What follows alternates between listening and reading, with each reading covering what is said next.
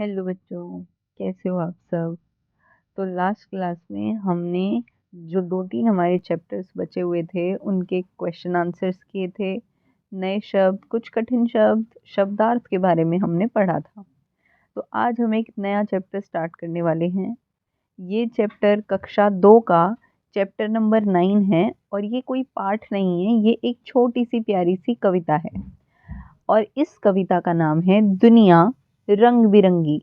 मतलब जो आपकी दुनिया है, मतलब जो हमारी धरती है, वो रंग बिरंगी होती है।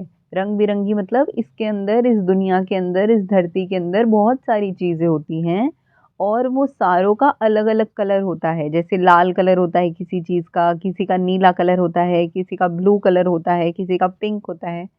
तो ऐसे ही हमारे पास बहुत सारे कलर होते हैं। अब जल्दी से हम इस कविता को शुरू कर लेते हैं। नीला जैसे खुला आकाश है, सागर का नीला पानी है, मोर के सुंदर पंख हैं और पेड़ पर बैठे पंछी हैं। तो अब ये बात कर रहे हैं नीले रंग की। तो जो पेड़ों पर पंछी बैठे हैं वो भी नीले हैं। जो मोर होते हैं उसके जो पर होते हैं, उसके जो पंख होते हैं वो भी नीले होते हैं। जो आसमान होता है वो कैसा होता है? नीला होता है। पानी जो होता है वो कैसा होता है? नीला होता है। ऐसे ही हमारे पास बहुत सारे अलग अलग कलर होते हैं। उनमें से नीले नीले कलर कहाँ कहाँ पे होते हैं, नीला कलर कहाँ कहाँ पे होता है, नीला रंग कहाँ कहाँ पे होता है, वो हमने अभी अभी देख लिया है। अब हम किसी दूसरे कलर की तरफ चलते हैं। पीला जैसे चमचमाता सूरज है, पका आम और केला है, सब्जियों में नींबू है और सूरजमुखी का फूल है। तो अब हम बात कर रहे हैं पीले रंग की। तो पीला रंग किस किस का होता है? जो सूरज आप देखते हो वो पीला होता है, जो आम होता है वो भी पीला होता है, जो केला होता है वो कैसा होता है? पीला होता है। अगर सब्जियों में अगर हम बात करें तो नींबू हमारे पास पीला होता है। अगर आप फूलों के अंदर बात करें तो जो सनफ्लावर होता है, जो सूरजमुखी होता है, वो भी पीला होता है। और अगर आप खाने के अंदर बात करोगे तो आप कढ़ी खाते हो वो भी पीली होती है, आप दाल खाते हो वो भी पीली हो सकती है ना। तो हमारे पास बहुत सारी नई नई चीज़ें हैं, बहुत सारी अलग अलग चीज़ें हैं जो कैसी होती हैं? पीली होती हैं। अब दूसरे कलर की तरफ चलते हैं।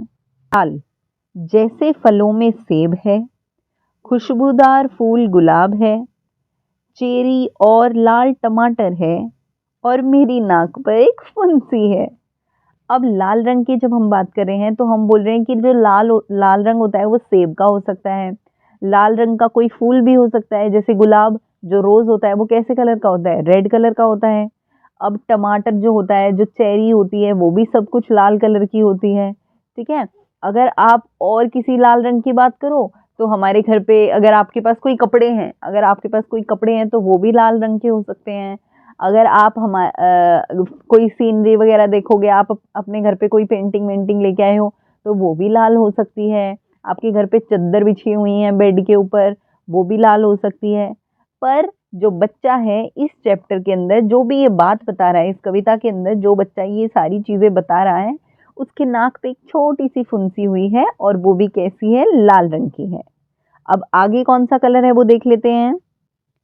हरा जैसे हरी हरी ये घास है, मीठे मीठे मटर हैं, पालक और बंद गोभी है और पेड़ के हरे हरे पत्ते हैं। अब हरे रंग की अगर आप बात कर रहे हो तो जो घास होती है वो कैसी होती है? हरी होती है। जो आप सब्जियां खाते हो तो जैसे गोभी हो गई, बंद गोभी हो गई, फूल गोभी हो गई, वो कैसे कलर की होती हैं? हरे रंग की होती हैं। जो मटर होते हैं वो कैसे रंग के होते हैं? हरे रंग के होते हैं। ठीक है। जो पेड़ होते हैं उसके ऊपर पत्ते कैसे हैं? वो हरे रंग के हैं। आप अगर फ्रूट्स के अंदर देखोगे तो अमरूद कैसा होता है? हरे रंग का होता है। तो ये हमारे पास हरे रंग की बातें थी। तो ऐसे ही इस कविता के अंदर हमने बहुत सारे रंगों के बारे में बातें करी। इसके अलावा और भी रंग होते हैं, वो भी अलग अलग जगह पे अलग अलग चीज़ों के अलग अलग कलर होते हैं। तो इसका मतलब ये हो गया कि जो दुनिया होती है वो हमेशा बहुत रंग बिरंगी होती है। तो यहाँ पर ये वाली कविता तो कंप्लीट हो गई।